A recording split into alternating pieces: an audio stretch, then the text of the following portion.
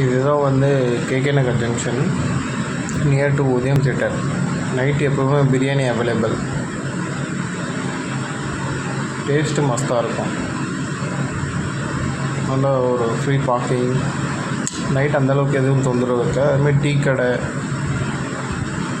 பக்கத்துலேயே இருக்குது நியர்பை.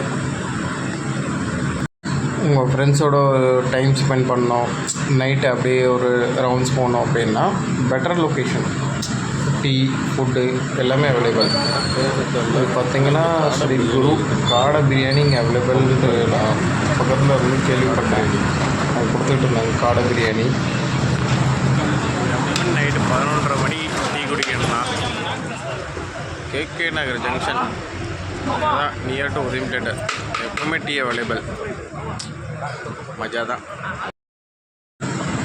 இங்கே ஒரு அண்ணன் பார்த்திங்கன்னா அப்படியே ஒரு குவாட்ரு போட்டு நச்சுன்ட்டு தண்ணி பாட்டிலோட ரெடியாக இருக்கார் பிரியாணிக்காக.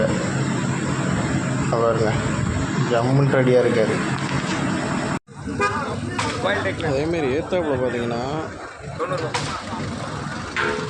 பாண்டி அம்மாள் தோசை கடை.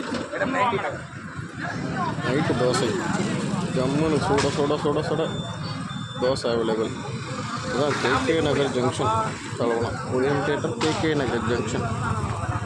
அதுதாங்க உதயம் தியேட்டர். அதுதான் உதயம் தியேட்டர். பிரியாணி இங்கே தட்டிக்கிட்டு இருக்காங்க பிரியாணி. அப்படி இதுதான் எங்கள் வீட்டுக்கு போகிற வழி. பார்த்திங்கன்னா கொஞ்சம் சைலண்ட்டாகவே தான் இருக்கும் டோட்டல் லொக்கேஷனாகவே. ஸோ இப்போ எங்கள் ஸ்ட்ரீட்டுக்குள்ளே தான் நான் போயிட்டுருக்கேன். அந்தளவுக்கு சைலண்ட்டாக இருக்கும். லவ்வர்ஸ் இருந்தாலும் தெரியாது, மஜா பண்ணலாம் ஜம்முன்ட்டு. அவ்வளோ சைலண்ட். ஏன்னா டோட்டலாக சுற்றி நான் இருக்கிற ஸ்ட்ரீட் எப்படி மயான காட்சியாக இருக்கு பாருங்க. 2 பக்கமும் சரி. ஆனால் இதே ஒரு 1:30 மணி தாண்டட்டும், எங்கேருந்து அந்த நாய்ங்க வருன்னே தெரியல. பல கத்திக்கிட்டே இருக்கும்.